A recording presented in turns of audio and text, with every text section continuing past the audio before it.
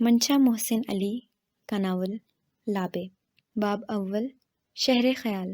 شہر خیال کی کھڑکیوں سے سر کو آدھا باہر نکال کر کچھ حقیقتیں باہر کی کھوج کے لیے سرگرداں سی نظر آتی ہیں، مگر پھر پنجاب یونیورسٹی کے زرعی رقبے میں اگی دہان کی فصل کو آدھی رات سمے پورے چاند کی روشنی نے جلا کر خاکستر کر کے رکھ دیا تھا۔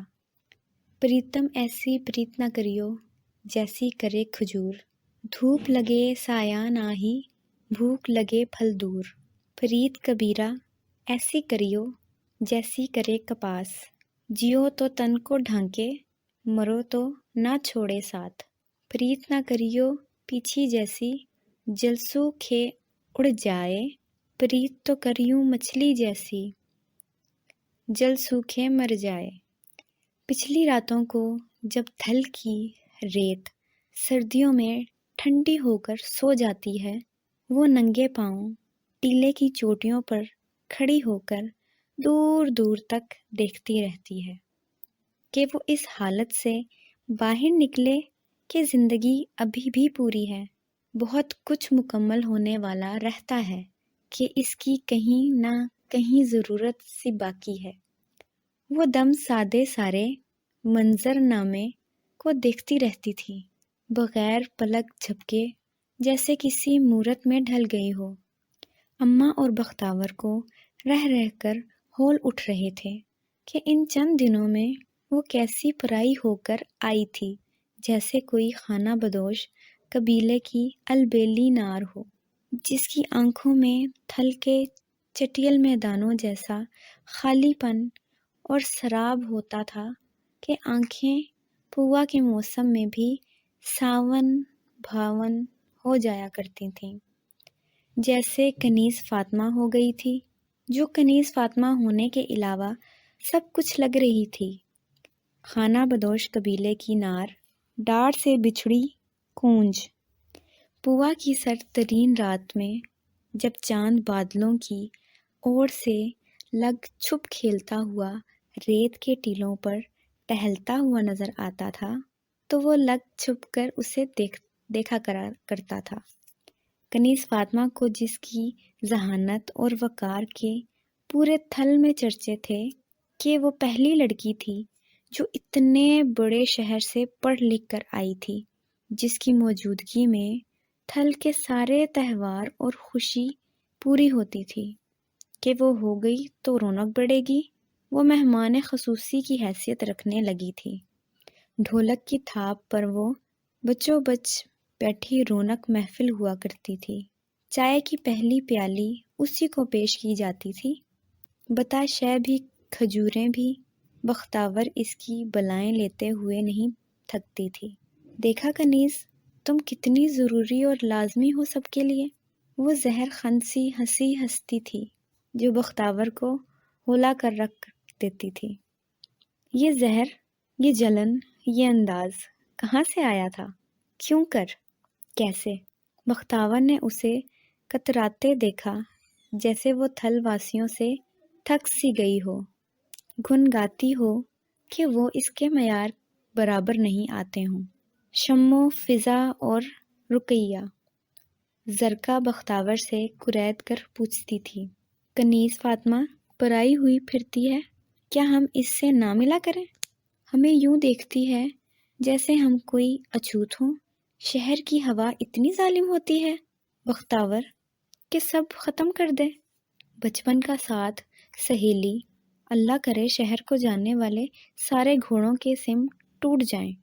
گھوڑوں کے سم سلامت رہے، بس کنیزہ فاطمہ ٹوٹ گئی تھی۔ سب سمجھتے تھے کہ وہ جڑ کر آئی ہے، مگر یہ راز اس کو پتا تھا کہ سب پیوند ہے جو ذات اور روح کو لگے ہیں۔ کوئی آنکھ رکھتا ہو تو دیکھے کہ اس کی ذات کا ریشم تو کب کا ادھڑ چکا ہے، جو اب رفو ہونے جوگا بھی نہیں رہا۔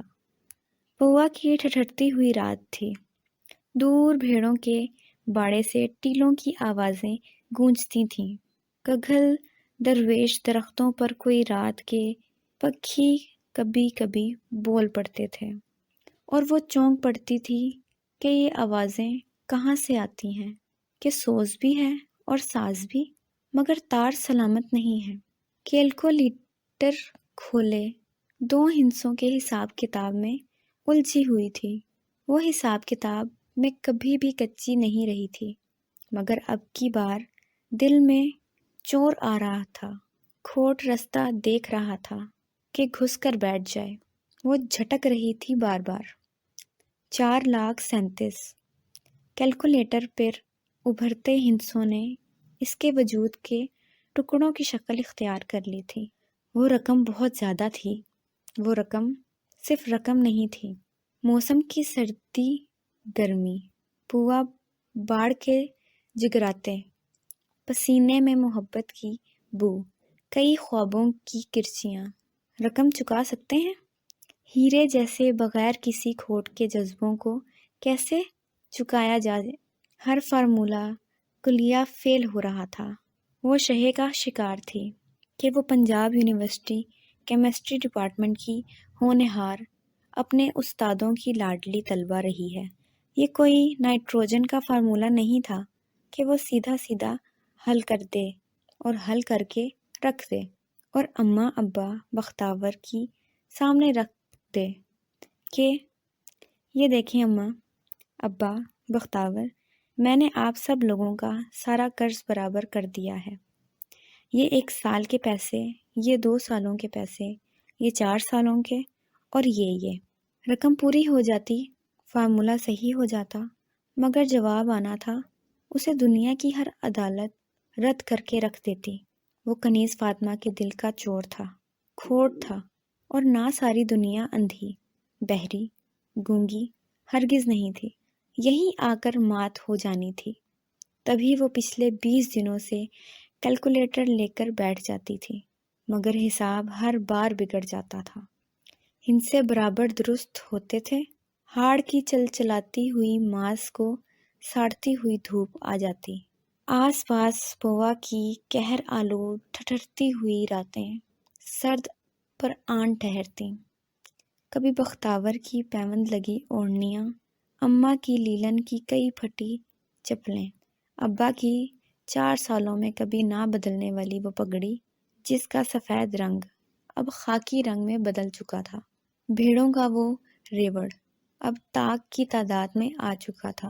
یہی وجہ ہے کہ دسمبر کی ٹھٹھرتی ہوئی رات، اس رات کو وہ تھل کے اونچے ریت کے ٹیلے پر ننگے پاؤں ٹہل رہی تھی۔ دور کہیں سے مستنصر حسین تار کا ٹلا جو گیا زندہ ہو جایا کرتا تھا، پھر کنیز فاطمہ کسی جوگی کا روپ ڈھال لیتی تھی کہ وہ بس مسافر ہے، سفر کرتی رہے گی، مگر پھر وہی حساب کا پھیر۔ وہ دنیا دار تھی، اور دنیا دار کہاں مسافر ہوتے ہیں کہ جوگ لیں اور جوگی کہلوائیں جائیں۔ دور دور تک چاند کی روشنی میں ٹھنڈی ریت پھیلی ہوئی تھی، اور کگل درویش درخت اس کے سامنے چلتے ہوئے آ رہے ہیں، جیسے ابھی دبوچ لیں گے۔ وہ اگلا سانس لینا بھول جائے گی، مگر اماں کی آواز دور کہیں سے آتی محسوس ہوتی تھی، کنیز، رات ڈھل چکی ہے، کب تک ٹہلتی رہے گی؟ جانے شہر والوں نے بھی تمہیں کیسی کیسی لت لگا دی ہے۔ اندر آجا میری دھی۔ وہ اندر آگ والے کوٹے میں آ گئی اور نظر چولہے میں پڑی، کیتلی پر پڑی تھی جس میں دودھ ابل رہا تھا، اور کیتلی کا ڈھکن بھاپ کے زور سے بختاور کے پیروں پر جا لگا تھا، اور وہ درد سے بے حال پیچھے مڑی تھی۔ اماں صدقے پڑتی چھالے پر مرہم لگانے لگی، اور کنیز فاطمہ بس دیکھے گئی۔ بختاور کی آنکھوں میں تکلیف تھی۔ کنیز کا دل چاہا آگے بڑھ کر اس کے پیروں کو گود میں رکھ لے، خود پھونک مار مار کر جلن کم کرنے کی کوششیں کرے اور بعد میں مرہم لیپ دے، مگر کچھ تھا جو درمیان میں آ گیا تھا۔ آنسو اندر کہیں جمع ہونے لگے۔ بختاور، تم ٹھیک ہو نا؟ سی کرتی بختاور نے چہرے پر مسکراہٹ لانے کی ہلکی سی کوشش کی تھی۔ کنیز فاطمہ کا ظرف رائی کے دانے جتنا بھی نہیں رہا تھا۔ وہ 4 سالوں والی تھل واسی نہیں رہی تھی، وہ بدل گئی تھی۔ بہت۔ یہ بات سب سے پہلے بختیور کے علم میں آئی تھی۔ کنیز تم ٹھیک ہو نا؟ ہاں۔ اتنی چپ چپ کیوں ہو؟ بس وہ آگے کی فکر ہے مجھے۔ وہ جانے کسے مطمئن کرنے کے جتن کر رہی تھی کہ اعتبار آ جائے۔ اے لو، ابا نے کون سا تم سے نوکری کروانی ہے بھلا؟ آگے سکندر بھائی ماشاءاللہ اتنے سوکھے گھر کے ہیں، بیوی کو عیش میں رکھیں گے۔ آخر میں بختیور نے ہنس کر اسے چھیڑنے کی کوشش کی تھی اور اگلی کی آنکھیں سپاٹ سی ہو گئی تھیں۔ پتہ ہے اس بار سکندر بھائی نے مکئی کی فصل بوئی ہے۔ کاش بختیور کو پتہ ہوتا کہ وہ مکئی کی فصل ہی تو کنیز فاطمہ کے دل کا کوٹ تھا، جو ترازو میں ہمیشہ اسے ہلکا کر کے رکھ دیتا تھا۔ کیا مطلب؟ مکئی کی فصل؟ مگر کیوں؟ بختیور نے کنیز کے چہرے کے ہزار رنگ دیکھے۔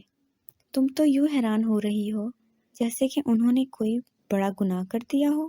بختیور کو ہنسی کا دورہ پڑا اور وہ کل کل کرتی ہنستی گئی۔ یہ پڑھے لکھے لوگ بھی آدھے بے وقوف اور آدھے پاگل ضرور ہوتے ہیں۔ بھلا مکئی کی فصل سے کیا ہوتا ہے؟ گناہ میں نے کیا ہے بختیور۔ یہی وہ پودا، یہی وہ پوا کا موسم تھا جب ساون برس برس جاتا تھا اور سارے بند لا حاصل، بے فائدہ۔ میں سمجھی نہیں۔ تم نہیں سمجھو گی بختیور۔ اسے کہو مکئی کی فصل پر ہل چلا کر کچھ اور اگائے۔ اسے مکئی کی فصل کبھی راس نہیں آئے گی۔ کنیز فاطمہ کے آس پاس مکئی کے سٹے بٹنے لگے تھے۔ تھل واسیوں کے ریت کے ٹیلوں نے لاہور کے شیشوں میں بندہ ایمپوریم مال کے ایک پاپ کارن کاؤنٹر کی شکل اختیار کر لی تھی۔ مکئی کے دانے ہلکی اور تیز آواز میں ارد گرد پھٹنے لگے۔ نمکین، میٹھے اور چاکلیٹ کی اشتہار انگیز خوشبو جس نے کنیز فاطمہ کو پاگل کر کے رکھ دیا تھا۔ وہ اپنے آپ کو اس خود برو نیلی آنکھوں والے شخص سے خود کو لڑتا جھگڑتا ہوا دیکھ رہی تھی۔ اللہ سے کیوں نہیں ڈرتے تم؟ اتنے مہنگے مکئی کے دانے کون بیچتا ہے؟ میں بیچتا ہوں۔ کندھے اچکائے دیے گئے، بہت مہنگے ہیں تو تم مت کھاؤ۔ ہمارے گاؤں میں اپنے مکئی کے کھیت ہیں، سمجھے؟ وہ اسے لتاڑ رہی تھی۔ تو تم بھی مکئی کے پاپ کارن بیچا کرو۔ یہاں کیا کر رہی ہو؟ کنیز فاطمہ نے اسے اس جیسا بدتمیز انسان زندگی میں پہلی بار دیکھا تھا۔ کو اگر کسی چیز سے نفرت اور وحشت تھی تو وہ یہی چیزیں تھیں، بادیان کے پھول، الائچی، لونگ اور جائفل۔ یہی زندگی کی ریت ہے، وہیں لا کر پٹک جاتی ہے۔ یہاں سے انسان نے کنارہ کرنا ہوتا ہے۔ کھڑکی کھلنے کے بعد سامنے کا منظر ہنس رہا تھا۔ گھر کے اب کی طرف ہی تو گودام تھا جہاں سامان اترتا تھا اور ارسلان مکرم وہ سامان اپنی نگرانی میں اندر گودام میں رکھوا رہا تھا۔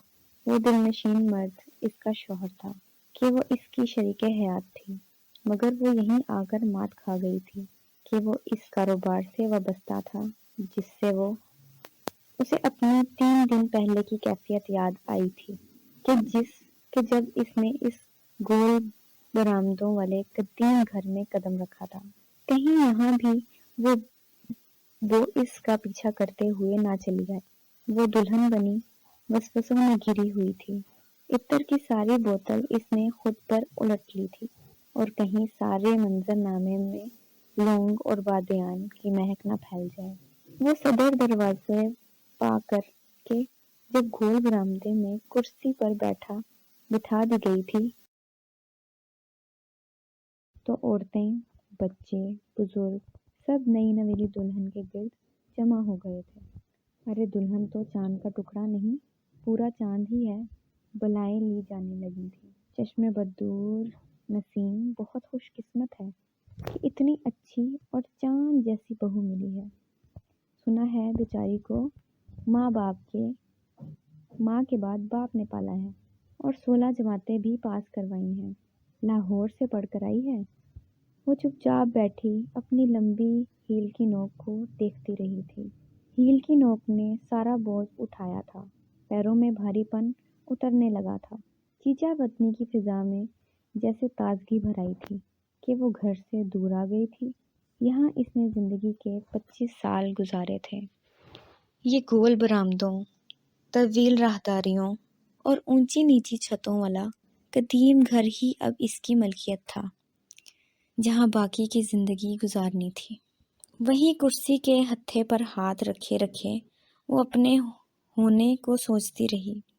ہم لڑکیوں کی زندگی بھی خالق نے کیسی عجیب رکھی ہے کہ ہمارا بیج کسی اور گھر کی مٹی میں اگتا ہے اور ہماری اٹھان، تنا، شاخیں کسی اور گھر کی زمین میں پرورش پاتی ہیں۔ برآمدے میں لوگوں کا رش بڑھتا ہی جا رہا تھا۔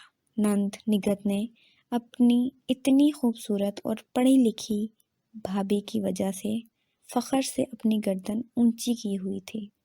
تھوڑی تھوڑی دیر بعد وہ اس کے کانوں میں خسر پھسر کرتی اور کبھی اس کی بند یا ٹکا ٹھیک کرنے لگ جاتی۔ بھابھی، گھبراہٹ تو نہیں ہو رہی؟ پلیز ذرا رش کم کرا دو۔ ارے ہٹو ہٹو، رستہ صاف کرو ذرا، کوئی تازہ ہوا ہی آنے دو۔ ہماری دلہن بے ہوش ہو کر کے رہ گئی ہے تم سب کی وجہ سے۔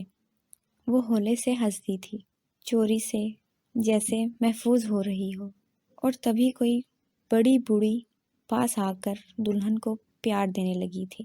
ارے اتنی تیز خوشبو کہاں سے آ رہی ہے کہ سر میں درد ہونے لگا ہے۔ تمکین کا دل دھڑکا اور رنگ سفید ہوا تھا۔ وہی تو عطر کی شیشی ساری کی ساری خود پر الٹ کر آئی تھی کہ بھید نہ کھلے، سب چھپا رہے، مگر نگہت نے گہری گہری سانسیں لی تھیں۔ ارے نانی، سچ کہتی ہیں، لگتا ہے کسی بچے نے خوشبو کی شیشی پھوڑ دی ہے۔ گول برآمدوں میں عطر مہکتا رہا، لوگ سر درد کی شکایت کرتے رہے۔ تمکین جمال کرسی کے ہتھے پر ہاتھ جمائے بیٹھی عطر رہی تھی کہ عطر کی شیشیاں کام کر گئی ہیں، اب کوئی بھی وہ راز بھید نہ پکڑ پائے گا۔ وہ جو پچھلے 25 سالوں سے ایک اذیت میں رہی تھی کہ اس گھر کی زمین میں جو اس کا بیج لگا ہوا ہے اسے کچھ مدت درکار ہے، پھر اس کے بعد کسی اور گھر کی مٹی میں شاخیں اور پھل نکالے گی۔ ہر الہڑ دوشیرہ یہی خواب آنکھوں میں بھر کر مدتیں گزار دیتی ہے کہ چلو اب نہیں تو پھر آگے سے ہی، اگلے گھر سے ہی۔ جب گول برآمدوں والے گھر کی منڈیروں سے شام جھانکنا شروع ہوئی تو اسے اس کے کمرے میں پہنچا دیا گیا، جو گلاب، موتیے اور گیندے کی خوشبو سے مہک رہا تھا۔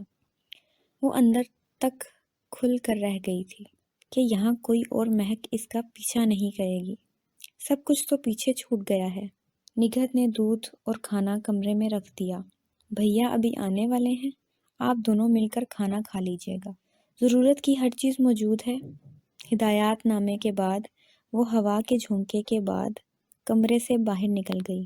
تمکین نے سر اٹھا کر کمرے کا جائزہ لیا تھا۔ بہت کھلا وسیع کمرہ تھا جو سادگی سے آراستہ تھا۔ کمرے کی دیواریں کریم کلر سے رنگی ہوئی تھیں، کچھ کانچ کے گلدان اور چند پینٹرز بھی آویزاں تھیں جو کہ کمرے کے حسن کو مزید کشش دیتے رہے تھے۔ وہ ہولے سے اٹھ کر سنگار میز تک آ گئی تھی۔ وہ شیشے میں خود کو دیکھ رہی تھی۔ سرخ رنگ کے آتشین لہنگے میں ملبوس وہ غضب ڈھا رہی تھی۔ اس کی لمبی مڑی ہوئی پلکوں کی جادوگری آج مکمل عروج پر تھی۔ وہ چند ثانیے اپنے روپ سروپ کو ٹکٹکی باندھے دیکھتی رہی، پھر بے ساختہ ہنستی تھی۔ چوری سے اجنبی جگہ تھی، الگ گھر کی مٹی تھی، کچھ یاد آ گیا تھا۔ تمکین جمال، ہم اپنے چہروں پر پرچا ہیں، کتنا ہی میک اپ پوت لیں، تمہارا مقابلہ کبھی نہیں کر سکتی ہیں، کیونکہ صرف تمہاری مڑی ہوئی گھنی پلکوں کا کاجل ہی ہماری ساری تیاری کو زیرو کر دیتا ہے۔ باہر کھٹکا ہوا تھا تو وہ دوبارہ بیڈ پر سنجیدگی اور گھونگھٹ دونوں اوڑھ کر بیٹھ گئی تھی۔ وہ آہستہ آہستہ قریب آ گیا تھا۔ تمکین کا دل لرز لرز جاتا تھا۔ گھونگھٹ کے پار وہ سامنے تھا، کشادہ پیشانی پر بکھرے بال، ستواں ناک اور سفید رنگ، مونچھوں کا کٹاؤ۔ عجیب سحر انگیز لمحہ تھا جس نے اپنا جوبن طاری کر کے دونوں میاں بیوی کو بے بس کیا تھا۔ ارسلان مکرم نے ان لرزتی ہوئی پلکوں اور کپکپاتے ہوئے ہونٹوں کی حیرت سے دیکھا، اور انتہائی حسین تھی، دیکھ کر دل ہاتھ سے جاتا ہوا نظر آتا تھا۔ تم بہت خوبصورت ہو تمکین ارسلان۔ گھر کی مٹی میں تمکین کے وجود کا درخت لگ گیا تھا۔ میں نے تصویریں دیکھی تھیں، مجھے یقین نہیں آیا، مگر دیکھ کر لگتا ہے کہ تصویریں جھوٹ کہتی ہیں۔ آنکھ کے چپڑ سوالیہ نظروں کے ساتھ اٹھے۔ تم اپنی تصویروں سے بڑھ کر دل نشین ہو۔ وہ شرمائی لجائی ہوئی سی بیٹھی تھی، دل کی رفتار اور آواز ریل کو بھی مات دے رہی تھی۔ سامنے بیٹھا شخص بھی تو تصویروں سے بڑھ کر متاثر کن تھا۔ دل کے سارے وسوسے اور خوف کہیں اندھے کنویں میں جا گرے۔ مجھے بہت خوشی ہے کہ تم میری زندگی میں شامل ہوئی ہو۔ ہمارا خاندان کافی بڑا ہے، اسی حساب سے ضرورتیں بھی ہیں، ذمہ داریاں بھی ہیں جو تمہیں نبھانی ہوں گی۔ بس ایک بات کا خیال رکھنا کہ ذمہ داری اور خود میں اگر کبھی چننا پڑے کچھ بھی تو خود کو مت چننا۔ تمہیں میں نے چن لیا ہے، اور میں چاہتا ہوں کہ میری بیوی بھی میری طرح ذمہ دار ہو۔ مجھے تم پر مکمل یقین ہے۔ تمہاری سمجھ بوجھ کی ویسے بھی مثالیں دی جاتی تھیں، 16 جماعتیں پاس ہو، عقل و شعور میں بھی آگے ہوگی۔ میں تو خود کو آنے والے دنوں میں خود کو تم سے مشورے لیتے ہوئے دیکھ رہا ہوں۔ وہ پھر سے ہنسی، اختیار کے ساتھ۔ وہ کھانا کھانے لگے اور ساتھ ساتھ ادھر ادھر کی باتیں بھی جاری رہیں۔ اسی عرصے میں تمکین جمال کو لگا جیسے وہ اس گھر دریچوں سے صدیوں سے واقف ہو۔ نکاح کے رشتے یوں ہی انسان کے دل اور وسوسوں کو سکون عطا کرتے ہیں۔ تم نے یہ تو بتایا ہی نہیں کہ میں تمہیں کیسا لگا۔ دودھ کا گلاس تھامے ارسلان کو اچانک سوال سوجا تھا۔ وہ نوالے تھامے جواب سوچتی رہی کہ کیا کہے۔ میں نے جیسا سوچا تھا ویسے نہیں لگے، مگر آپ بہت اچھے ہیں۔ وہ دودھ کا خالی گلاس لیتے بیٹھا رہ گیا تھا۔ دل کیا پوچھ لے کہ اس نے کیا سوچا تھا، کیا تصویر بنائی تھی، مگر وہ رک گیا تھا۔ کچھ لوگوں کی فطرت میں کریت اور تجسس کا عنصر نہیں ہوتا، ارسلان مکرم میں بھی نہیں تھا۔ رات قدیم راہداریوں میں ٹہلنے آن نکلی تھی تو وہیں تمکین کا خوف وجود بھی اس گھر کی مٹی میں اگ آیا تھا۔ دور پار سے یوں لگا یہیں آس پاس کہیں بادیان کے پھول اگ آئے ہوں، جائفل اور جویتری نے شاخیں نکال لی ہوں اور اس کی سانسیں الائچی سے بھری ہوئی ہوں۔ وہ خوف زدہ سی ہو گئی تھی۔ ارسلان باہر کچھ لینے گیا تو وہ تھر تھرا گئی۔ آج نہیں، اے کاش اب نہیں۔ اسے لگا وہ انواع و اقسام کی مثالوں کی خوشبو سے لتھر گئی ہو۔ وہ واپس آیا تھا تو وہ گھٹنوں میں سر دیے بیٹھی تھی، کپکپائے ہوئے۔ تم ٹھیک ہو نا؟ فکر مندی سے گرم پیشانی پر ٹھنڈے ہاتھ کا لمس آ ٹھہرا تھا۔ سر درد کر رہا ہے میرا۔ روشن دان کی اوٹ سے چاند اور تارے دیکھتے رہے۔ ارسلان مکرم نے اپنی دلہن کے سر کو اپنی گود میں رکھ کر ہولے ہولے دبایا تھا، اور پھر سب سے پہلے جیسا ہو گیا تھا، پرسکون، پر لطف زندگی کی خوبصورتی کا جیسے ہی یقین آنے لگا تھا، کہیں سے کسی طرز سے کوئی بدصورتی جھانکنے لگ گئی تھی کہ آپ کا سکون اجاڑ کر رکھ دے۔ اگلے دن ابا اسے گھر لے آئے تھے۔ وہ بھاگ بھاگ کر ابا کو بازار سے چیزوں کا ڈھیر لے کر آتے ہوئے دیکھتی رہی۔ ابا بس کر دیں اور کتنا کھلائیں گے؟ ارے تمہیں کیا پتا، پہلے کی بات اور تھی، اب کی بات اور ہے۔ تمہاری ماں ہوتی تو ساری چیزوں کا خیال رکھتی، مگر جتنا میں کر سکتا ہوں اتنا تو مجھے کر لینے دو بیٹا۔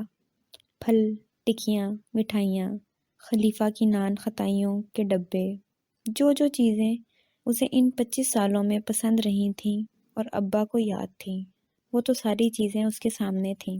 تمہارے جانے کے بعد دل بہت اداس رہا۔ تمہیں بہت یاد کیا۔ کہ ہم دونوں ہی باپ بیٹی ایک دوسرے کا سہارا تھے، مگر پھر یہ سوچ کر دل خوش ہوا کہ میں اپنے فرض سے سبکدوش ہوا ہوں۔ تمہاری پرورش سے لے کر تمہاری شادی کے فرض تک میں نے کوئی کوتاہی نہیں کی میری بچی، مگر پھر بھی اگر کوئی بات ہو تو مجھے معاف کر دینا میری بچی۔ ابا بار بار ہاتھ جوڑ لیتے تھے جو وہ چوم کر آنکھوں سے لگا لیتی تھی۔ سنو، سچ سچ بتانا، وہ انگور توڑ توڑ کر کھا رہی تھی جب ابا نے اچانک سے اسے مخاطب کیا تھا۔ تمہارا شوہر تمہارے ساتھ ٹھیک تو ہے نا؟ وہ لرزتا ہوا لہجہ، وہ ارتعاش بھری سانس، وہ لمحے کے 1000ویں حصے میں راز پا گئی تھی۔ اماں نہیں تھی مگر ابا نے سارے فرض پورے کرنے تھے۔ وہ فرائض میں کبھی بھی کوتاہی نہیں کیا کرتے تھے۔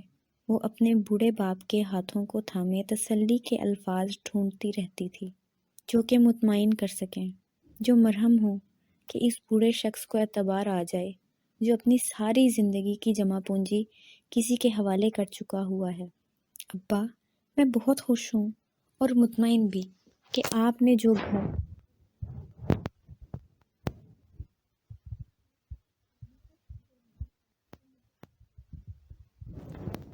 جمال دین کے دل کو قرار آ گیا تھا، اور باقی وسوسے ارسلان مکرم نے ختم کر دیے تھے۔ کھلے باورچی خانے میں وہ اپنے شوہر اور ابا کے لیے چائے پکاتے ہوئے اپنی گزشتہ زندگی کے بارے میں سوچ رہی تھی کہ سب کچھ کتنا رفتار سے اور تیز رفتار ہے، سب کچھ پیچھے چھوٹ جاتا ہے۔ یہی 3 کمروں کا چھوٹا سا گھر جس کے آنگن میں وہ بینگن اور گاجروں کی کیاریاں بنایا کرتی تھی اور لکڑی کی سیڑھی پر بیٹھ کر ریڈیو پاکستان سنتے ہوئے، رسالے پڑھتے ہوئے وقت کو گزارا کرتی تھی۔ تب زندگی کا الگ رنگ تھا اور اب سب کچھ جیسے کسی جادو کی چھڑی سے بدل کر رہ گیا تھا۔ وہ 7 سال کی تھی جب اماں کینسر کے موذی مرض سے چل بسیں اور گھر میں پھوپھی لوگوں کی عدالتیں لگنا شروع ہو گئی تھیں۔ جمال دین لڑکی ذات کے سہارے کیسے زندگی گزار سکے گی؟ اب دوسری شادی کر لو۔ اور ابا کا ان 25 سالوں میں جواب کبھی بھی مثبت نہیں آیا تھا۔ نہیں آپا، تمکین ہی تو میرا سہارا ہے۔ پھوپھی سختی بھری آنکھوں سے اسے دیکھا کرتی تھیں اور وہ سہم جایا کرتی تھی۔ عمر میں بے شک ہم سے بڑے ہوں جمال دین، مگر یوں ہٹ اور ضد کی روش چھوڑو۔ آگے اتنی عمر پڑی ہے، آخر کب تک اور کہاں تک گزارو گے بھلا؟ لڑکی ذات پلے میں ہے جو اگلے گھر کی ہو جائے گی، پھر سے یہ ویڑا سنسان اور اکیلا لے کر بیٹھ جاؤ گے؟ انسان کے ساتھ 100 قسم کی بیماریاں اور ضرورتیں ہوتی ہیں۔ ابا جمال ان 25 سالوں میں ذرا بھی ٹس سے مس نہ ہوئے تھے۔ پھوپھی لوگ جھک مار مار کر اپنے کرائے بھر بھر کر سفر کر کے آتی اور بے مراد لوٹ جاتی تھیں کہ ان کے بھائی کا دماغ چل گیا تھا، کیونکہ جیسے ان کے منہ بس ایک ہی جملہ چڑھ گیا تھا، بس آپا کیا کروں، دل نہیں مانتا۔ آخری بار تو پھوپھی اکلوتے بڑے بھائی کے اس جملے سے سخت کبیدہ خاطر ہوئیں کہ جس موڑے پر بیٹھی تھیں اٹھا کر دیوار پر دے مارا۔ دل کی ایسی کی تیسی، کہاں تھا نا وقت کو چابی لگی ہے، رفتار پکڑ لیا کرتا ہے، بھاگ جاتا ہے اور انسانوں کو لمحے کے اشراف دے جاتا ہے۔ تمکین جمال نے زندگی میں اگر کسی شخص سے محبت کی تھی تو ابا جمال دین سے کی تھی۔ وہ مسالوں کا کاروبار کرتے تھے۔ ان 3 کمروں کے گھر سے کبھی بھی لونگ، بادیان، الائچی اور جاوتری کی خوشبو نہ گئی تھی۔ وہ دونوں باپ بیٹی مل کر مسالے صاف کرتے تھے اور سل پٹے پر پسائی کرتے تھے۔ تمکین جمال کا بچپن، لڑکپن انہی مسالوں کو پیستے ہوئے ہی گزرا تھا۔ سہیلیاں بنانے کا فن اتنا آسان نہیں تھا کہ وہ ماہر ہو جاتی اور ڈھیروں سہیلیاں بنا کر کرکلی سٹاپو کھیلتی۔ اسے بس ایک ہی کام آتا تھا، دروازے میں کھڑے ہو کر ہر آتے جاتے ہوئے کو ٹکٹکی باندھ کر تکے جانا، اور بس یہی زندگی تھی۔ پھوپھی نجمہ موڑھا توڑنے کے بعد کئی ماہ بعد آئیں تو جمال کی منت لجاجت کے بعد تمکین کو قریبی اسکول میں داخل کروا گئی تھی۔ وہ ابا کے ساتھ اسکول جانے لگی تھی۔ دن کو اسکول سے واپسی کے بعد مسالے پیسنے کے بعد وہ رات کو پڑھتی تھی۔ فرفر انگریزی کی نظموں کو دہرایا کرتی تھی اور جمال دین اسے دیکھے جاتا۔ تم ایسے فرفر انگلش کیسے بول لیتی ہو؟ بھلا ابا اتنی تو آسان ہے، لوگ تو کہتے ہیں بہت مشکل ہوتی ہے۔ لوگ سارے سچ تھوڑی بولتے ہیں بھلا۔ آپ ہر بات پر یقین مت کیا کریں۔ پینسل تراش سے پینسل گھڑتی وہ جمال دین کو بہت سنجیدہ سی لگا کرتی تھی۔ اسکول جانے کے بعد اس میں ایک واضح تبدیلی جو آئی تھی وہ یہ تھی کہ جو کام صرف مائیں سکھا سکتی ہیں وہ اپنے ارد گرد کی لڑکیوں استانیوں کو دیکھ دیکھ کر سیکھ جاتی تھی۔ جمال دین ایک مرد تھا، کہاں تک سمجھ سکتا تھا۔ وہ ننگے سر نہیں رہتی تھی، سر ڈھانپے رہتی تھی، صفائی کا خاص خیال رکھتی تھی، جھاڑو اٹھا کر گرد کے طوفان ختم کرتی تھی۔ ایک دن تمکین جمال نے ہوم اکنامکس پڑھنے کے بعد تجرباتی کام کرنا شروع کر دیے تھے۔ 6ٹھی کلاس میں پہلا کام اس نے انڈا ابالنے اور چائے بنانے کا سیکھا تھا۔ وہ برستی ہوئی بارش کا دن تھا جب جمال دین مسالوں کو کھیپ پہنچا کر واپس آیا تھا اور وہ ماں کے جہیز کے چینی والے برتنوں میں 1 کپ چائے، 2 انڈوں، چٹکی بھر کالی مرچ کے ساتھ اس کی منتظر تھی۔ تاریخ گواہ ہے وہ جمال دین کی زندگی کی سب سے بہترین چائے اور اچھا ابلا ہوا انڈا تھا۔ ابا کیسا لگا؟ وہ کب سے دل میں اٹھتے سوال کو دبا کر بیٹھی تھی۔ وہ چائے پی لیں تو وہ سوال کرے، چہرے پر تجسس، مڑی ہوئی پلکوں والی گھور آنکھوں میں جواب کی بے چینی۔ وہ وہیں دونوں ہاتھ آنکھوں پر رکھے بیٹھے بیٹھے رونے لگے۔ ابا کیا ہوا؟ وہ بوکھلا سی گئی تھی۔ باہر بارش تھی اور اندر آنسو۔ وہ سسکیاں لیتے ہوئے اس کا ماتھا بار بار چومتے رہے۔ میں نے 1000 بار نجمہ کو کہا ہے کہ میرا دل نہیں مانتا، میرا دل سچ میں نہیں مانتا تھا۔ جب میرے پاس میری تمکو ہے تو مجھے کاہے کسی اور کی ضرورت رہے گی بھلا۔ وہ فخر سے سر اٹھا کر بیٹھی تھی کہ وہ چائے کا کپ اور 2 انڈوں کی خوشی نہیں تھی، وہ ابا کے سرخ رو ہونے کی خوشی تھی۔ چلو اب بتاؤ تمہیں کیا چاہیے؟ وہ سوچتی رہی کہ کیا مانگے، کس چیز کی فرمائش کرے۔ 2 دن بعد بتاؤں گی ابا۔ 2 دن بعد وہ شام کو سیڑھی پر چڑھی بیٹھی تھی اور ابا مسالے پیس رہے تھے تو اس نے اعلان کیا تھا، آپ مجھے 16 جماعتیں پاس کرا دینا۔ بس سلبٹے پر پیسا سوکھا دھنیا وہیں پڑا رہ گیا۔ انہیں توقع تھی کوئی کیچڑ چوری گڑیا بستے کی فرمائش آئے گی، مگر وہ لڑکی تو پڑھائی کی دیوانی تھی۔ ٹھیک ہے، میں تمہیں 16 جماعتیں پڑھا دوں گا۔ وہ معاہدہ ہو گیا تھا۔ وہ دونوں کو یاد بھی تھا۔ 5ویں 6ٹھی مڈل کے بعد میٹرک میں بھی وہ پوزیشن لے کر آگے بڑھتی گئی تھی۔ میٹرک میں جب تمکین جمال نے گورنمنٹ ماڈل ہائی اسکول میں قدم رکھا تھا تو اس سے یہ ادراک ہوا تھا کہ وہ زندگی میں کبھی سہیلیاں نہ بنا سکے گی شاید۔ تمکین، تم لوگوں کی کیا گرم مثالوں کی فیکٹری ہے؟ کیوں؟ تم سے ہمیشہ مثالوں کی بو آتی ہے۔ کیا تم مثالیں پیستی رہتی ہو؟ وہ سب پیچھے بیٹھنے لگیں، سب سے پیچھے، جہاں بادیان کے پھول خاموش رہیں، جہاں جائفل کو چپ لگی رہے اور لونگ بھی سوئی رہیں۔ مگر کب تک؟ مس شمیم نے اسے دھر لیا تھا۔ تمکین جمال، آپ کلاس کی ذہین ترین لڑکی ہیں، میں آپ کو آج کے بعد فرنٹ ڈیسک پر ہی بیٹھا دیکھوں۔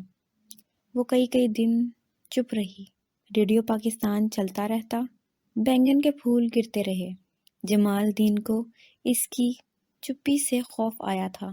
تم ٹھیک ہو نا؟ ابا، آپ کوئی اور کام نہیں کر سکتے کیا؟ وہ سمجھ نہیں پائے تھے کہ وہ کیا کہنا چاہ رہی ہے۔ کئی پردے حائل ہوئے تھے۔ میں سمجھا نہیں۔ کچھ نہیں، آپ نہیں سمجھیں گے۔ دن گزرتے رہے، وہ روز موسموں کی پرواہ کیے بغیر نہا دھو کر خود کو مل مل کر اسکول جاتی رہتی کہ سب خاموش رہیں، مگر جمال الدین کے کام میں کھوٹ نہیں تھا۔ چیچا بطنی میں جمال الدین کے مثالوں کی مثالیں دی جاتی تھیں، تو وہ کیسے اب کھوٹ ہو جاتے۔ مس شمیم نے ایک دن ریاضی کے پیریڈ میں شاید لونگ کی بو پایا لی۔ یہ کلاس ہے یا کسی نائی کی دکان؟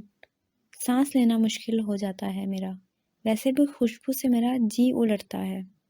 ساری کلاس کی نظریں تمکین جمال کے وجود میں چھید کرنے لگیں۔ وہ سفید رنگ کے ساتھ بیٹھی رہی، مگر کہا تھا نا، جیسے ہی زندگی کی خوبصورتی کا ادراک ہونے لگتا ہے، اسی وقت بدصورتی کسی کونے کسی طرز چانک لیتی ہے۔ تمکین جمال پھر سے پیچھے چلی گئی تھی۔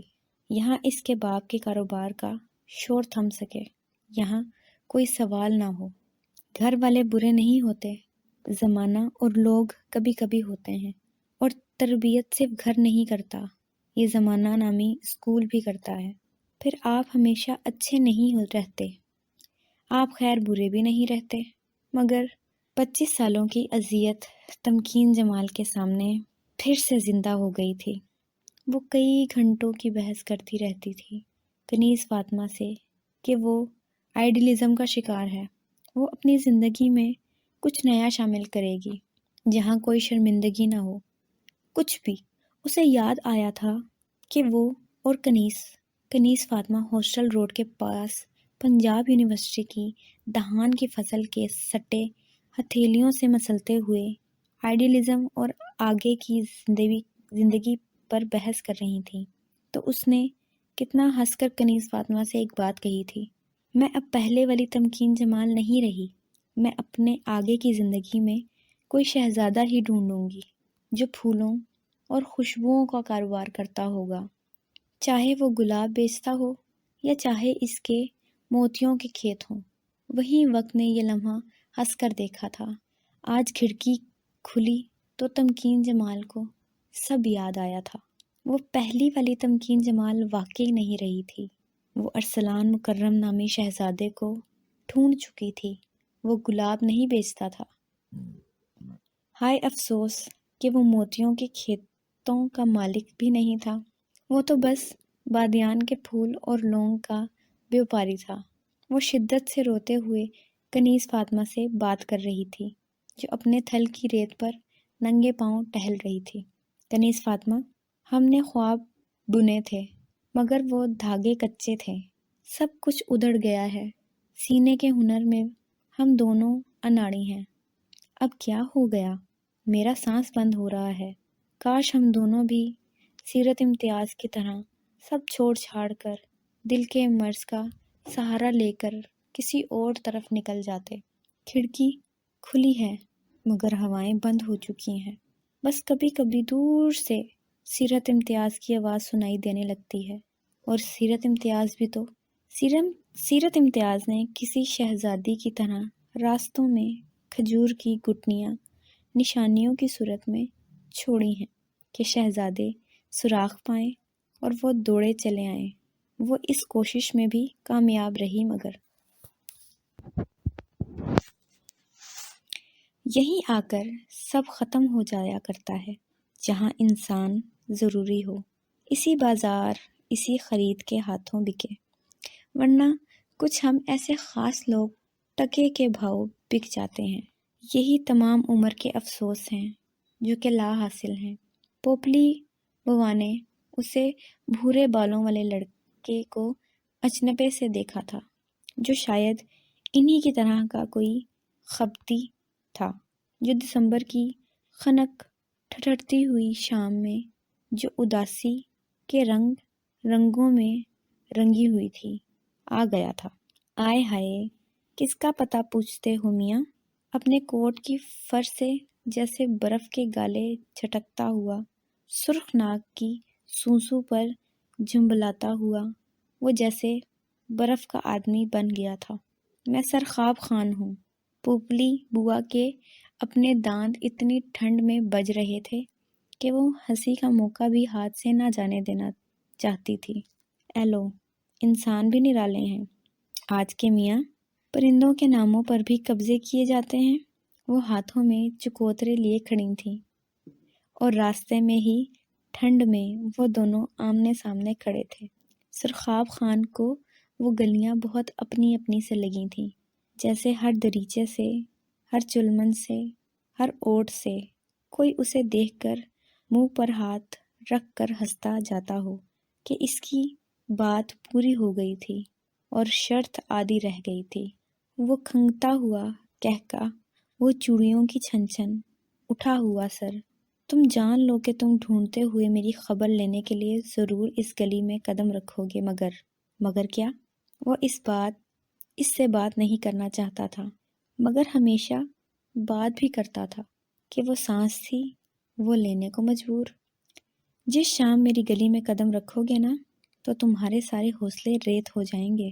تمہیں لگے گا ہر کوئی تمہیں دیکھ رہا ہے، تمہیں پزل کر رہا ہے کہ سرخاب خان کو کوئی کیسے اپنی جگہ سے ہلا سکتا ہے۔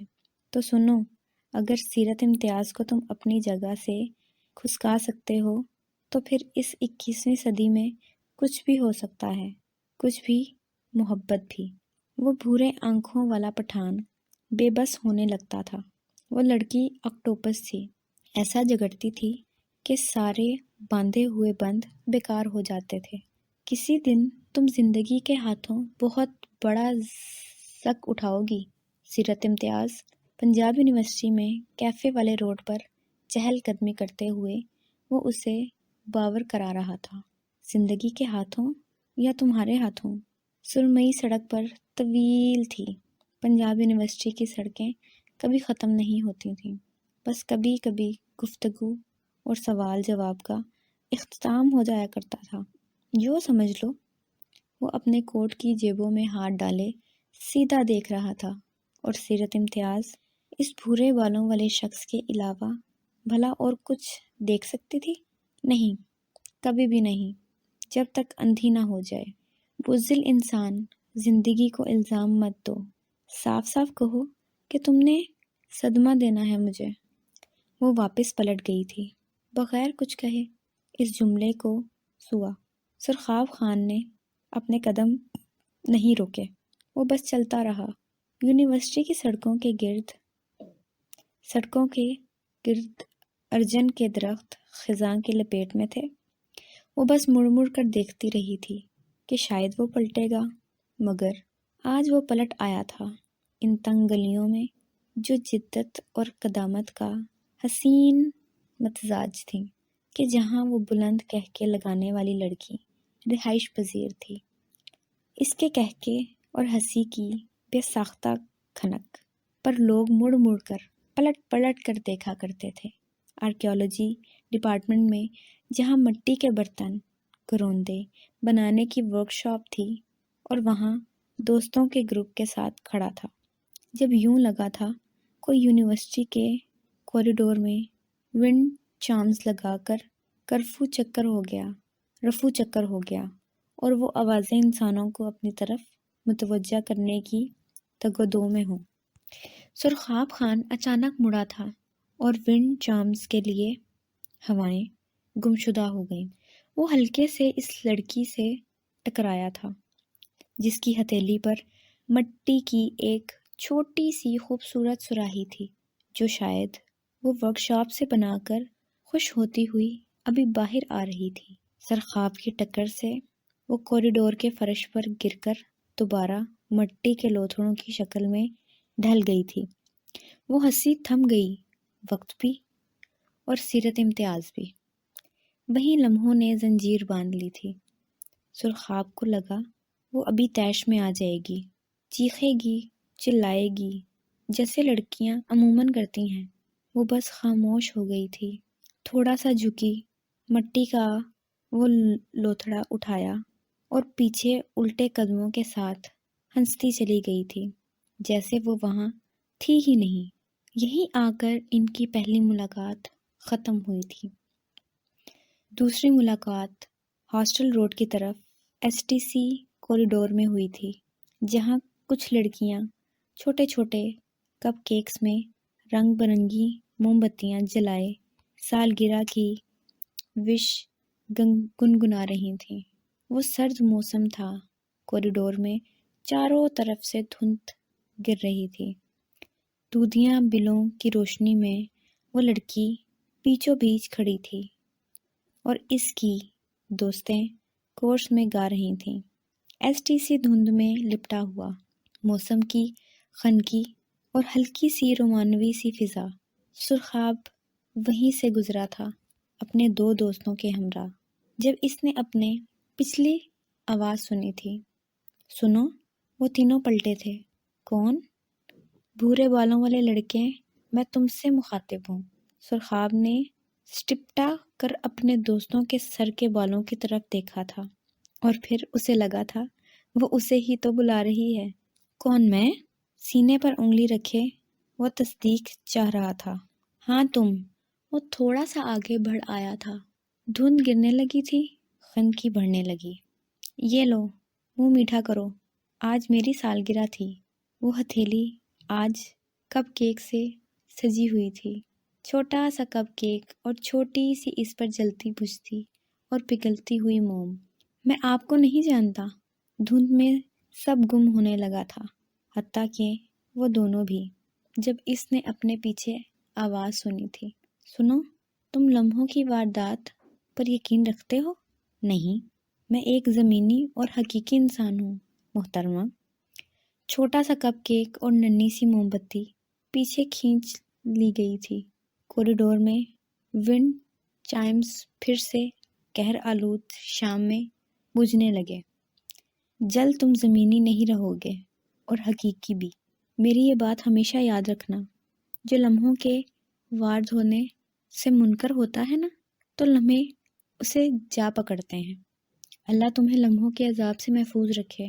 بھورے بالوں والے حسین شخص، وہ دونوں اپنے اپنے راستے مڑ گئے تھے۔ پنجاب یونیورسٹی کی فضا میں راجہ انور کے جھوٹے روپ کے روشن کے کرداروں کی محبت میں لمحوں کی واردات ابھی ابھی تازہ تھی۔ آج وہ لمحوں کی واردات کا مکمل شکار، ایک خیالی شخص، ان تنگ گلیوں میں مجنوں ہوا پھرتا تھا۔ پوپلی بوا کو جلد از جلد وہ بحث ختم کرنی تھی۔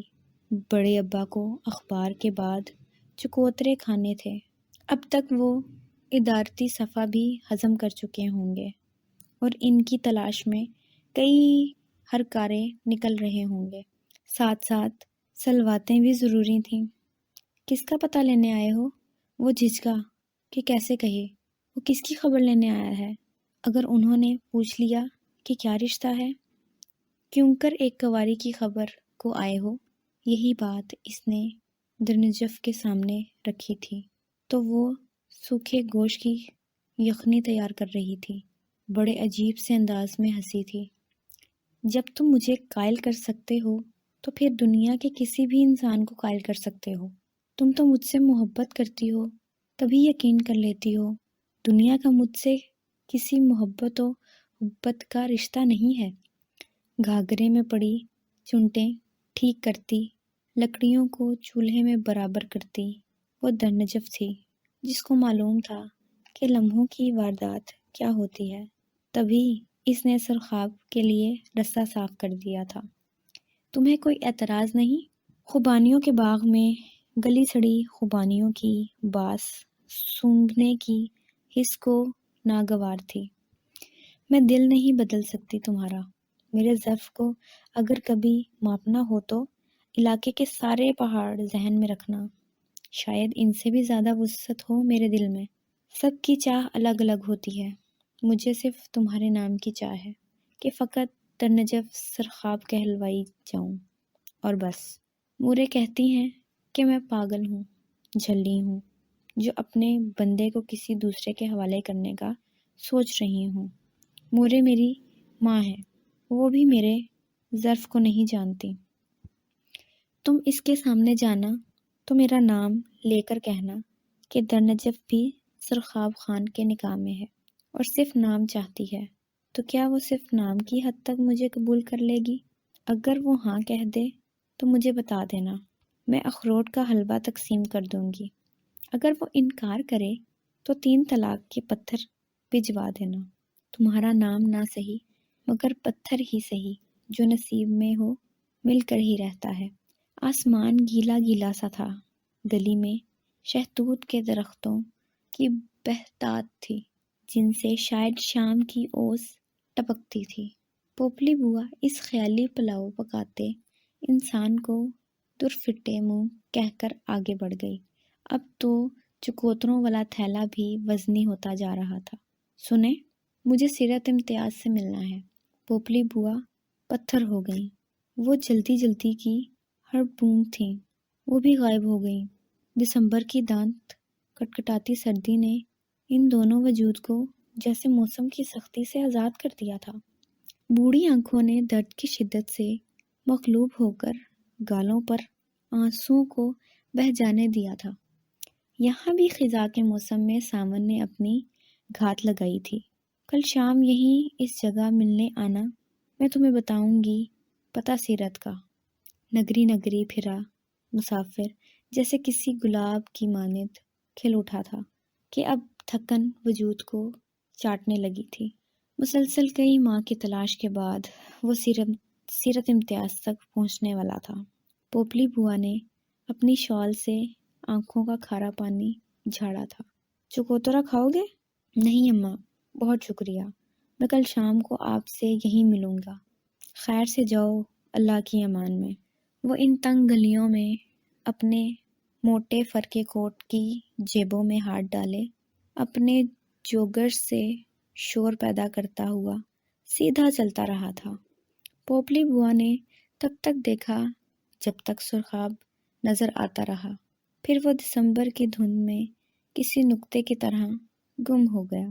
وہ سوچ کے دھاگوں میں الجھی گھر آئی تھی۔ 3 منزلہ عمارت کے پہلے فلور پر ان کی مطلوبہ جگہ تھی۔ وہ تھیلا تھامے خراما خراما اندر آئی تھی۔ آیت اپنے لمبے بالوں کو جوڑے میں باندھتی ہوئی خفا خفا سی کچن سے باہر آئی تھی۔ 100 بار افضل کو کہا ہے کہ آپ کو باہر کے کام کے لیے نہ بھیجا کرے، مگر مجال ہے جو ہی انسان کبھی اپنے مالکوں کا کہاں مان لے۔ میں تو اس سے بہت تنگ ہوں بوا، کل سارے انڈور پلانٹس کے گملے باہر صحن میں رکھ دیجیے گا۔ وہ تو شکر ہے طاہر نے دیکھ لیا، ورنہ سارے پودے ختم ہو جانے تھے۔ اہاں میاں بیت کی کرسی میں پھنسے ہوئے کب سے چکوتروں کے منتظر بیٹھے تھے۔ ادارتی صفحے کو ختم کر کے اب وہ پنجرے میں موجود آسٹریلین طوطوں کی طرف متوجہ ہوئے نظر آئے تھے۔ یاد کی سلیٹ پر کوئی منظر سفید چاک کی طرح نقش ہونے لگا تھا۔ سگی اولاد ہوں آپ کی، جو بھی فرمائش کروں پوری کر دیا کریں۔ سگوں کو رشتوں کی زیادہ قدر ہوتی ہے۔ سوتیلے تو ہمیشہ حق ہی مارا کرتے ہیں، مگر آپ کو تو میں کبھی نظر نہیں آئی۔ 2 سال سے ایک یونیفارم پر گزارا کر رہی ہوں۔ میری تو خیر ہے، اگلے 2 سال پرانے سویٹر کے ساتھ بھی گزارا کر لوں گی۔ مسئلہ تو پوپلی بوا کا ہے، اینک کا نمبر بڑھ گیا اور بی بی اکثر لو ہی رہتا ہے۔ بس میں ہی ڈھیٹ ہوں کہ جو رتی بھر بھی پرواہ نہیں کی کہ چابی کے گڈے کی طرح جیے جاتی ہوں۔ بس کیا کروں، اللہ نے ایسا ہی بنایا ہے مجھے۔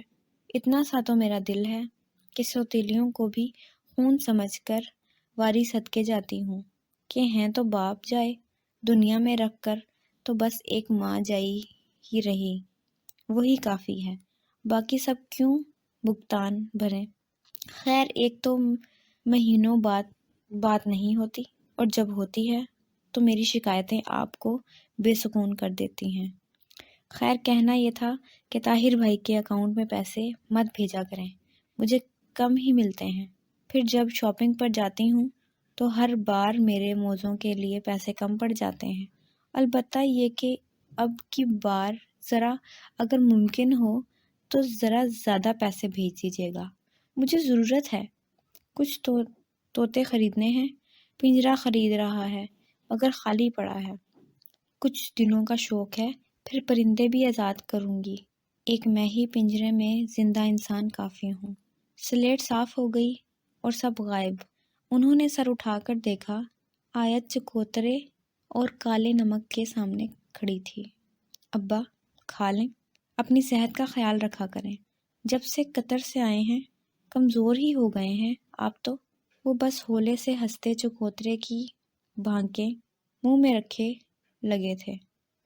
تمہاری ماں کدھر ہے آیت؟ کچن سے کوکر کی سیٹی کی آواز آنے لگی تو وہ ادھر دوڑ گئی تھی۔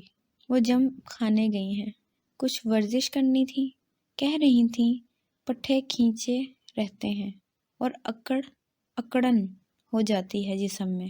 لان میں لگے پام کے درختوں پر سرد سا آسمان کھڑا تھا، سنجیدہ اور پرملال، جیسے کسی نقصان، کسی زیاں کا بوجھ اٹھائے کھڑا ہو۔ ابا نے پوپلی بوا کو تسبیح کے دانے گراتے ہوئے جائے نماز پر بیٹھے دیکھا۔ وہ ایسے ہی کہیں گم ہو جایا کرتی تھیں۔ بوا، وہ ٹھٹری ہوئی سرگوشی پوپلی بوا کو حال میں کھینچ لائی تھی۔ وہ میرے بارے میں کیا کہتی رہتی ہیں آپ سے؟ بوا کا دل چاہا ہنس دے کہ وہ شہزادی جو کھجور کی گٹھلیاں نشانوں کی صورت پھینک گئی تھی، اب ڈھونڈنے والے اس کی خبر کو آئیں گے تو وہ کامیاب رہی تھی۔ مگر سب کچھ ہونے کے باوجود، سب ہوتے ہوئے بھی اگر کیوں کئی سال ناراض رہی کہ شکل نہیں دیکھے گی، لیکن بڑا چھوٹا سا دل تھا، بہت چھوٹا سا دل تھا اس کا، جو 16ویں سن میں لگی تو ہر رات سونے سے پہلے تمہاری تصویر سرہانے لیے سویا کرتی تھی کہ بوا جو بھی ہے، جیسی بھی ہے، اللہ نے میری زندگی میں باپ جیسا رشتہ رکھا ہے، تو پھر مجھے اترانا چاہیے۔ میں کیوں ٹھنڈی آہیں بھر بھر کے زندگی مشکل کروں؟ کہتی تھی ابا اچھے ہیں، پیسے بھیجتے ہیں، ضروریات پوری کرتے ہیں، اور پتہ ہے امتیاز، کبھی تم اسے بازاروں میں پیسے خرچ کرتا ہوا تو دیکھتے، رقم کئی بار گننا کرتی تھی۔ کہتی تھی بوا میرا حساب بڑا کمزور ہے، مگر مجھے پتا تھا کہ امتیاز حساب کے کچے ہمیشہ تم ہی رہے۔ وہ بڑی پکی تھی، طوطوں نے دیوار پر بلی کو کودتے دیکھ لیا تھا۔ ٹیں کی آوازوں سے امتیاز والا گونج اٹھا تھا۔ چکوترے کا ذائقہ جیسے کونین ہو گیا، اور پوپلی بوا بھی آنکھیں بند کیے کسی دور دیس کو روانہ ہو گئی تھیں۔ شام کی شال رات نے ہمیشہ کی طرح ادھار لے کر اوڑھ لی تھی۔ وقت نے ایک لمبی جست بھری اور دوسرے دن کی شام کو جا لیا۔ وہی شہوت کے درختوں والی تنگ گلی تھی جہاں چند بلیاں اپنے بچوں کو لیے گھر گھر گھوم رہی تھیں کہ بچوں کو آنکھیں آنے والی تھیں۔ بھورے بالوں والا وہ شخص منہ سے دھوئیں اڑاتا پھر سے پوپلی بوا کے مقابل تھا۔ دور دور تک کوئی آدم زاد نہ تھا۔ وہیں بوا نے وہ کالی سیاہ رنگ کی بھاری ڈائری اسے تھما دی۔ وہ جیسے سیرت امتیاز کا پتہ تھا، جو اس وقت کی سب سے قیمتی شے تھی، جس کی سرخاب کو ضرورت تھی۔ سنو، آج کے بعد اس گلی میں نہ آنا، جس کے ساتھ تمہارا واسطہ تھا وہ تو۔ بوا ادھوری بات اس کے حوالے کر کے خود پوری گلی پار کر کے نقطے کی صورت ہو گئی تھی۔ وہ ادھر ادھر دیکھ کر بھاگتا دوڑتا ہوا ایک قریبی پارک کی طرف نکل آیا تھا، جہاں املتاس اور گل مہر کے پیڑ تھے۔ خزاں نے ہر طرف اداسی کا 5واں موسم طاری کر دیا تھا۔ وہ کالے رنگ کی ڈائری کھولتے ہوئے اپنے ہاتھوں کی لرزش کو بغور محسوس کر رہا تھا، جو اسے اپنے جسم کی نس نس میں محسوس ہو رہی تھی۔ آداب دنیا جہان کے سب سے خوبصورت انسان، مجھے معلوم ہے کہ میں نے اربوں خربوں کی دنیا کو چھوڑ کر فقط تمہیں خوبصورت کہا ہے، تو پہلے بتا دو کہ میری ہر بات کا یقین مت کرنا۔ بقول میرے کہ میری ہر بات کا یقین مت کرنا۔ میرے دوستوں کے میں باتیں گڑنے کی فیکٹری ہوں، جہاں خام مال میں جذبات ڈال کر خاص پروڈکٹ میں صرف اور صرف باتیں ہی نکلتی ہیں۔ بھلا خوبصورت باتوں کے علاوہ بھی اس دنیا میں کچھ حسین اور دلکش ہو سکتا ہے؟ شاید نہیں، یا پھر کبھی نہیں۔ میں نے زندگی سے صرف ایک چیز سیکھی تھی، جیسے بھی حالات ہوں بس مسکرا دو۔ ویسے تو بہت کچھ سیکھا ہے، جو جائز تھا وہ مجھے سب میں نے سیکھا۔ ہر کوئی کسی نہ کسی میں مہارت رکھتا ہی ہے، تو میری مہارت میرا سکون ہی رہا ہے۔ اماں کی وفات کے بعد، سوتیلی ماں کے عذاب کے بعد بہت کم اولادیں سکھی رہتی ہیں، مگر میں ان کم لوگوں میں سے ہوں۔ میں نے کچھ بھی کبھی بوجھل اور بھاری نہیں رکھا کہ بس اتنا بوجھ لادے گھومتی رہوں۔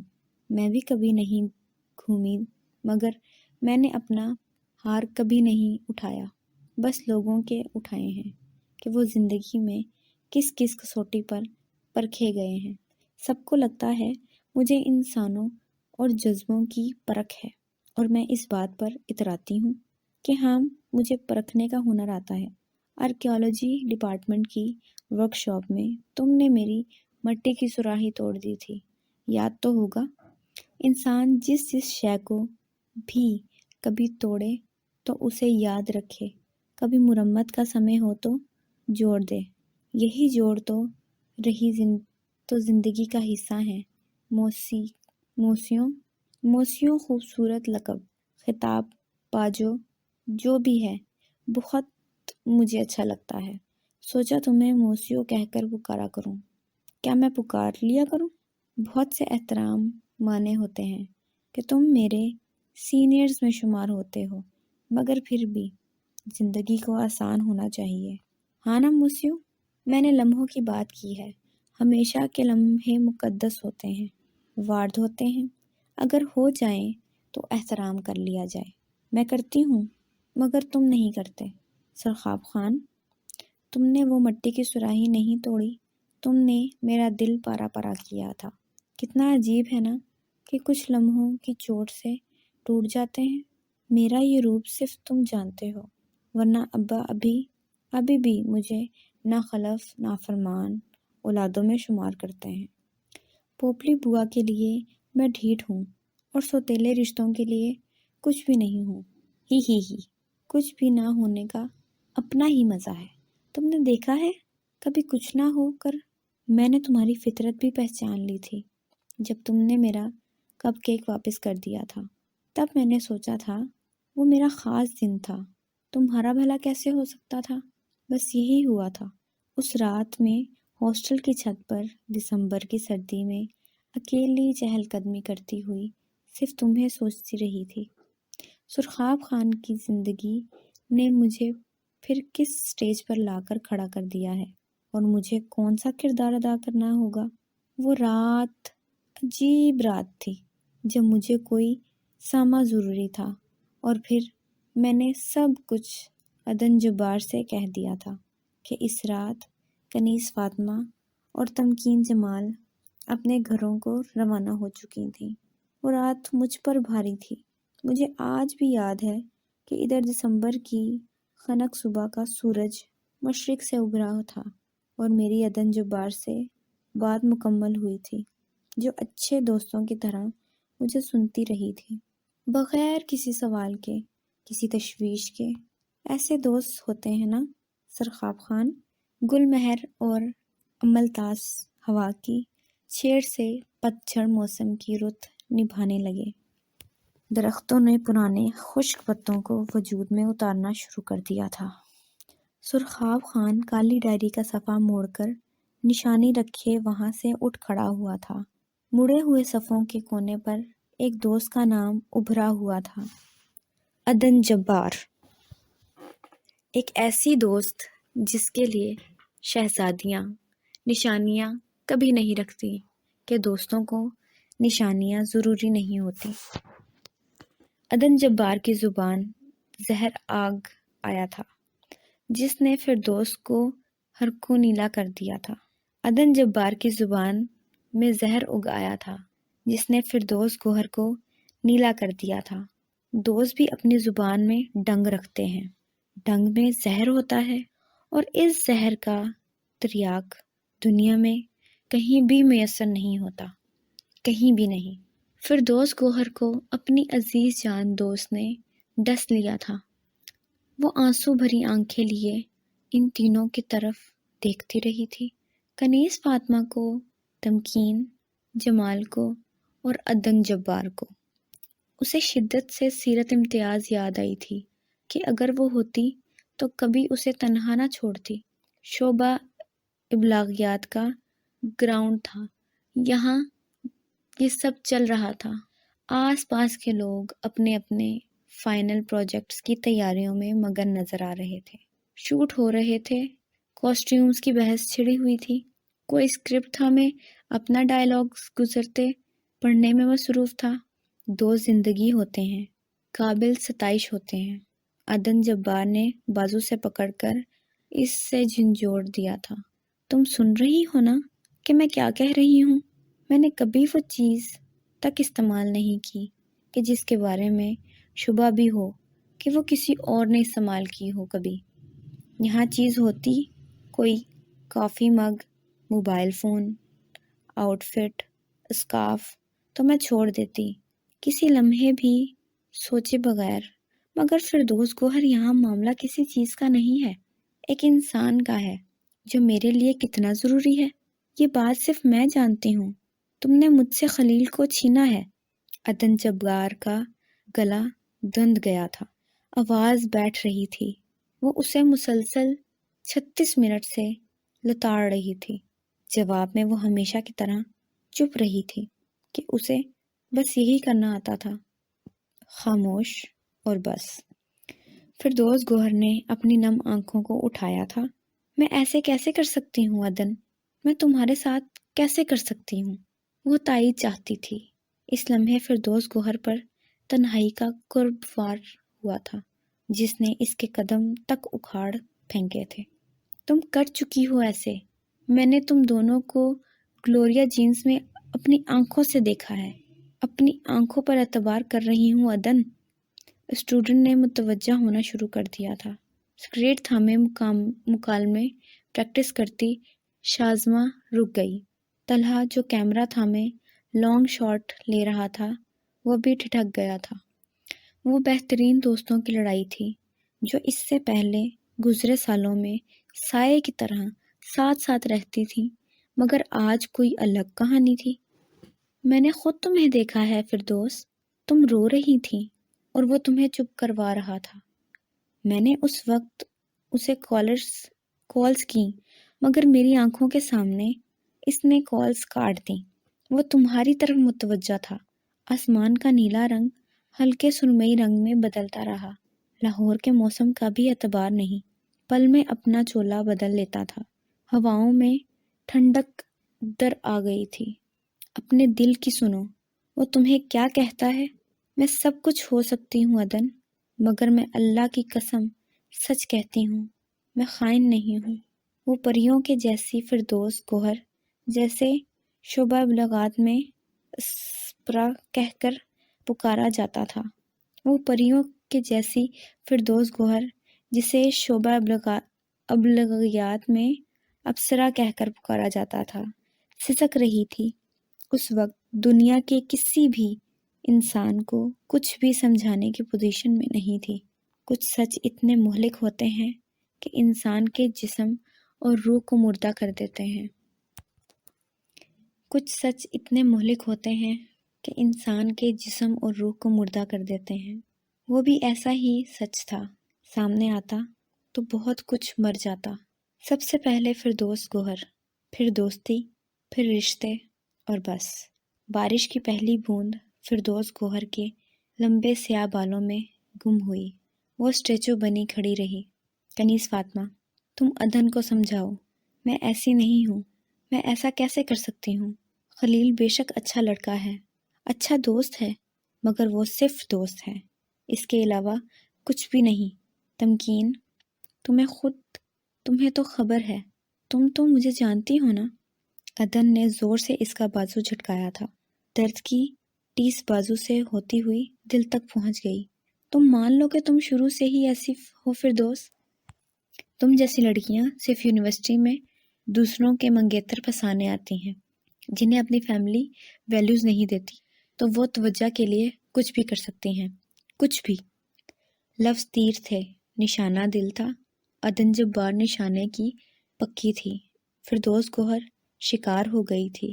وہ ڈپارٹمنٹ سے لڑتی ہوئی باہر یونیورسٹی کے روڈ پر آ گئی تھی، جسے پنجاب یونیورسٹی کا جنت روڈ کہا جاتا تھا، مگر آج وہ دوزخ ہو گیا تھا۔ آگ تھی، شعلے تھے، فردوس سڑ رہی تھی۔ ذرا یقین کرو، وہ رکی نہیں، اوپر فردوس کے چہرے پر آسمان گہرا سیاہ ہو گیا، بجلیوں کی کڑک شروع ہوئی تھی۔ کنیز فاطمہ اور تمکین جامد تھیں، فردوس بے تحاشا رو رہی تھی۔ آس پاس گزرتے اسٹوڈنٹس رکنے لگے تھے۔ موسم بدلا تھا تو ہاسٹل کے لڑکے لڑکیاں چھتریاں اٹھائے آ گئے تھے۔ انسان بدلا تھا تو کوئی مہربان چھتری نہیں تھی کہ انسان اوڑھ لے۔ زبان کے زہر نے نیلام کر دیا تھا۔ پیراسائٹ ہو تم، دوست کیسے ہو سکتی ہو؟ تم نے مجھ سے خلیل کو چھینا ہے۔ فردوس، اللہ کرے تم مر جاؤ۔ عدن جبار غائب دماغ ہو رہی تھی، اسے سب رہ رہ کر یاد آ رہا تھا۔ وہ اپنی آنکھوں پر یقین کر رہی تھی۔ آنکھیں فریب دکھاتی ہیں، وہ دل کو کنارہ کر چکی تھی۔ وہ تینوں آگے آگے تھیں اور فردوس گوہر پیچھے پیچھے، یہاں تک کہ وہ مین روڈ پر نکل آئی تھی۔ وہیں رک جاؤ فردوس، تم اور میرے پیچھے آئیں تو میں اسی ٹریفک کے آگے جان دے دوں گی۔ میں نفرت کرتی ہوں تم سے، سخت نفرت۔ اخ تھو، تم نے مجھ سے کوئی چیز مانگ لی ہوتی، مگر خلیل؟ عدن جبار کانپ رہی تھی، وہ دونوں اسے سنبھالنے میں ناکام ہو رہی تھیں۔ آسمان کی کھڑکیاں کھل گئی تھیں اور بارش کی بوچھار نے سب کچھ جل تھل کر کے رکھ دیا تھا۔ فردوس گوہر نے سر اٹھا کر آسمان کو دیکھا تھا۔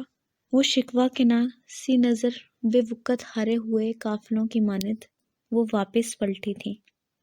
چھاجو چھاج برستی بارش میں وہ یونیورسٹی کے روڈ ناپتی رہی، جامع مسجد کے سامنے روش پر ٹہلتی رہی۔ سکون گم ہو گیا تھا، جیسے کسی بچے کا گرد میں سکہ گم ہو جایا کرتا ہے۔ 1 گھنٹہ وہ بوٹینیکل گارڈن میں ٹہلتی رہی، جہاں کسی بھی طالب علم کا داخلہ ممنوع تھا۔ کسی نے اسے بتایا تھا، اندھیرا چھاتے ہی بوٹینیکل گارڈن میں اونچے درختوں سے چمگادڑیں لٹکتی ہیں۔ وہ سر اٹھا کر دیکھتی رہی۔ شام ہو گئی تھی۔ بیگ میں رکھا موبائل ہلکی ہلکی آواز میں بج رہا تھا۔ وہ پتھروں کی روش پر اکڑوں بیٹھ گئی تھی۔ پیراسائٹ، ایک پھیکی سی ہنسی، عرضدانی کا گمان۔ ساری زندگی وہ اس وجہ سے خوش تھی کہ اس نے اپنے دوستوں کی صورت حاصل پا لیا ہے، مگر سب سراب تھا۔ عدن جبار نے اس کے سر پر آسمان گرا دیا تھا۔ کاش کنیز فاطمہ اور تمکین اس کی مدد کو آ جاتی۔ موبائل کی گھنٹیاں تیز ہوتی گئیں۔ وہ بیگ سے موبائل نکال رہی تھی۔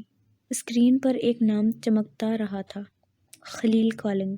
بارش تھمنے کے بعد ہواؤں کا شور بڑھ گیا تھا۔ شور بڑھ جائے تو ساری آوازیں نگل جاتا ہے، مگر ایک آواز ہر شے پر حاوی تھی۔ مجھے سخت نفرت ہے تم سے، خائن ہو تم۔ وہ سسک رہی تھی، تڑپ رہی تھی۔ مالی نے اسے روتے دیکھا۔ وہاں کئی لڑکیاں آیا کرتی تھیں، کونے میں بیٹھ کر گھنٹوں روتی رہیں، مگر اب ان جیسی نہیں لگ رہی تھی۔ وہ انتہائی حسین لڑکی تھی، جیسے کوئی مکمل نظر آتا ہو، کامل ہو، مگر اندر کا کھوٹ صرف اسے ہی پتا ہو کہ دنیا صرف ظاہر دیکھتی ہے۔ وہ کال ریسیو کر چکی تھی۔ آواز کی نمی نے سارے موسم کی نمی کو مات دے دی تھی۔ خلیل، اس نے مجھے خائن کہا، پیراسائٹ کہا کہ میں دوستوں کی امانتوں میں خیانت کرنے والوں میں سے ہوں۔ کیا میں ایسی ہوں؟ خلیل کو دھکا لگا تھا۔ کل سے عدن جبار کی مسلسل کالز جنہیں وہ کسی وجہ سے سن نہیں سکا تھا۔ وہ جانتا تھا کہ وہ اس معاملے میں کتنی پوزیسو تھی۔ تم ٹھیک ہو نا گوہر؟ پوری دنیا میں وہی ایک شخص تھا جو اسے گوہر کہہ کر بلایا کرتا تھا، اور وہ اس بات پر صدیوں خوش رہ سکتی تھی، مگر لمحوں کی خطا نے ہمیشہ صدیوں کے درد دیے ہیں۔ ہائے، میں ٹھیک ہوں، بس میرا دم گھٹ رہا ہے۔ یوں لگتا ہے کسی نے دل کی جگہ پر پاؤں رکھ دیا ہے۔ خلیل، ایک وعدہ کرو کہ تم کبھی اسے سچ نہیں بتاؤ گے۔